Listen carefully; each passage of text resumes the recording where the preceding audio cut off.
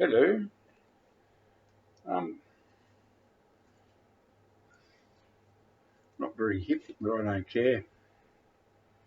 Um, I was one of those people that really love Pink Floyd um, from '69 to about '73.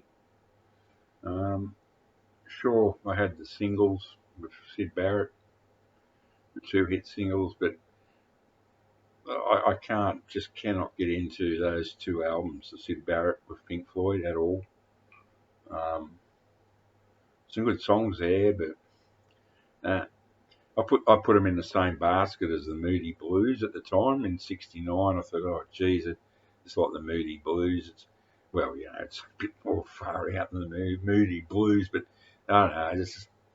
I mean, when you had King Crimson and Van der Graaf Generator leading the charge, I mean, why would you bother with Pink Floyd and bloody the Moody Blues? It's pointless. But it all changed with this one for me. More.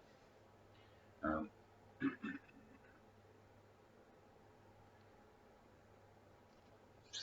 sound Soundtrack from the film More. This one really opened my eyes to Pink Floyd. This is an Australian copy on Columbia. Beautiful condition. Um, this one really got me in. Side one, Cirrus Minor. It's beautiful, sort of arabesque sort of music. And the Nile song, for crying out loud. It's grunge. It's full on grunge punk, incredible. Pink Floyd actually made one or two rock tracks, and that's one of them. It bloody kicks it ass. The Crying Song, Up the Khyber, Green is the Colour, Cymbeline, Party Sequence, Side 2, Main Theme, Ibazar Bar, More Blues, Quicksilver, Spanish Beats and Dramatic Theme. Side 1's the strong side. And there's at least three really great tracks on there, Cymbeline, um, the Nile Song and Cirrus Minor. Yeah, that got me into them. I thought, wow, this is pretty good. This is interesting, very interesting. But this is the one that did my head in. I've got two copies here. They're both Australian, and they could be of interest to any one that's a Pink Floyd nut. This one weighs a bit more than that one. This is my original. I bought in 1969. Um, I've had this since I was 18. I bought this up at my local um, electrical store, where they sell washing machines and vacuum cleaners. They had a little record rack with about half a dozen albums in it. And I was keen to buy a record that day, and I went, oh my goodness, Pink Floyd double album. So I took a punt, and I'm forever eternally grateful for it. This is my original copy. Side one in absolutely stunning condition, and I flogged it to death, and there's not a scratch on it or a spindle mark anywhere to be seen. I was obsessed with this album. I was heavily into classical music in my I was always into classical music, but in my late teens, I went through a blues thing for 18 months, and I got so sick of the fucking blues, I never wanted to hear it again. So I got back into my beloved classic records, I was buying a lot of classical records on Columbia, Decca, Deutsche Grammophon. And this, to me, was in that similar vein. To me, it was like modern classical music. Now, people put down the second disc in this. I love it. I think it's absolutely brilliant. Um, Side one, the live album, of course. Astronomy Domine, sorry. Careful that axe, Eugene. Now, and then, of course, there's a double album, so it's side one. Side two of disc one, Set the Control for the Heart of the Sun, the Source of All Secrets.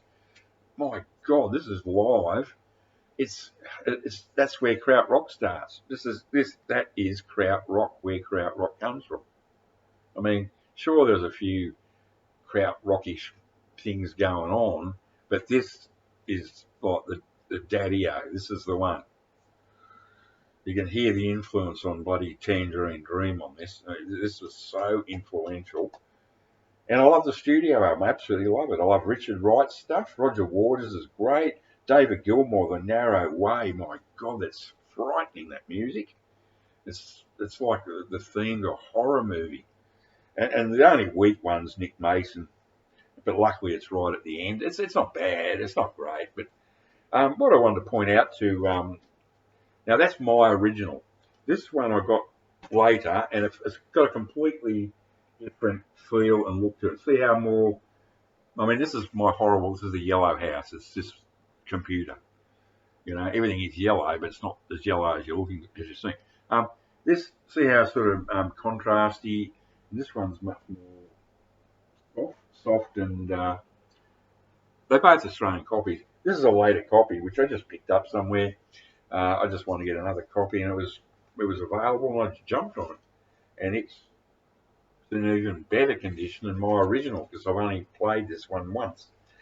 What I wanted to point out to anyone that's a Pink Floyd collector out there, and I'm not by any stretch of the imagination a Pink Floyd fanatic, I just love that particular period. It's just, you know, just wonderful. I just want to point out on these Australian ones, I don't know about overseas, but Roger Waters had that photo taken out because he broke up with his girlfriend. It's on the other one as well. Actually, you can see it a bit better here because this is more washed out. That was removed somehow, and she was deleted. I don't know when that happened. So that's what I wanted to point out. I'll use this one because it's lighter and you can see it better. On overseas copies, or the normal copies, there's an album there, Gigi, the soundtrack to the movie Gigi. And it's there. And it's been airbrushed out. It was a copyright thing, apparently. Same with this one. And when I saw a proper overseas copy, you know, eventually, I went, what the heck? That looks something different. And I actually prefer it without that there. I mean, Gigi, instead of looking at all this is Hypnosis' greatest album cover. I just love this. But instead of looking at you end up looking at this stupid little record of Gigi. Why couldn't it have been Calamity Jane or South Pacific or a decent musical, you know? Anyway, that's just me having a whinge. I'm 70 tomorrow.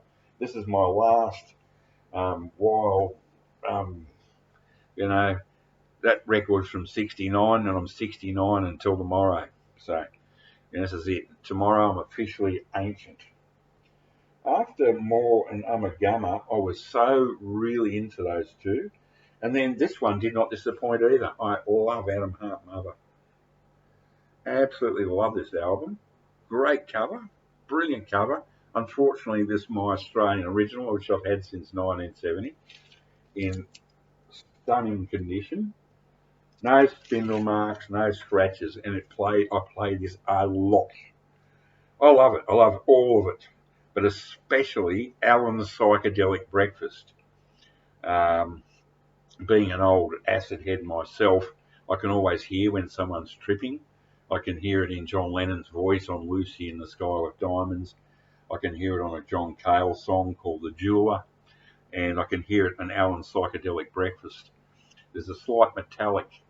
It was probably just the acid that was floating around at the time. It has like a metallic edge to the voice sort of thing. If you're a tripper, you can pick it straight away. Oh, he's tripping. Alan's Psychedelic Breakfast is pure genius. You know, it's worth having this just for that track. You know, just a guy getting up, making breakfast, chasing a fly around with a fly swatter, and then washing up the plates and the dripping tap. And before I've got to watch the time. I'm always doing this. And the track I love the most on the studio side of